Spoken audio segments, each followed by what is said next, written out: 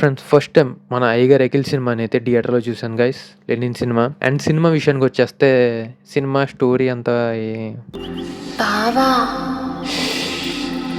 ఒక్క మాట బావుంది గైస్.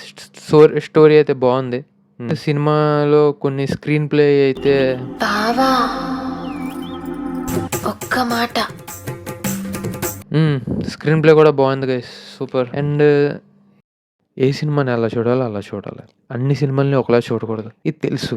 ఇది బి ఆడియన్స్, సి ఆడియన్స్‌కి నచ్చుతుందని తెలిసి నేనిప్పుడు ఒక క్లాస్ క్రిస్టోఫర్ నోలన్ సినిమా చూసే విధానంతో దాన్ని చూసి, దాన్ని ఆ విధంగా జడ్జ్ చేసి చెప్పడం అనేది వేస్ట్. ఈ సినిమా ఒక regular mass entertainment with some core elements.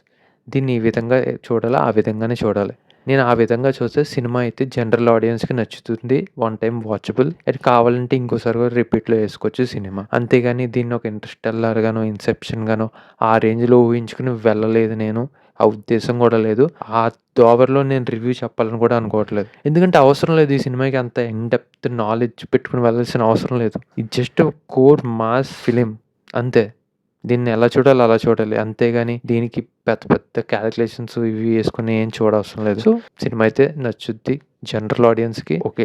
మంచి సినిమా చూసామనే ఫీలింగ్ అయితే వస్తది. అంతేగాని అంతకు మించి ఏముండదు. ఫస్ట్ హాఫ్‌లో కొన్ని సినిమాటిక్ సీన్స్ ఎక్కువ బాగా లిబర్టీ తీసుకున్నారని అనిపిస్తది. అది మాత్రం వదిలేయండి. అది బేర్ చేస్తే గనక సెకండ్ హాఫ్ అనేది బావుంటది. 'రంగస్థలం' సినిమా లాగా ఉంటది 'అఖిల్‌కి' అన్నారు గానీ, 'రంగస్థలంలో' 50% అయితే మ్యాచ్ చేశారు గైస్. 'రంగస్థలంలో' 50% అయితే కంపల్సరీ మ్యాచ్ చేశారని చెప్తాను నేనైతే.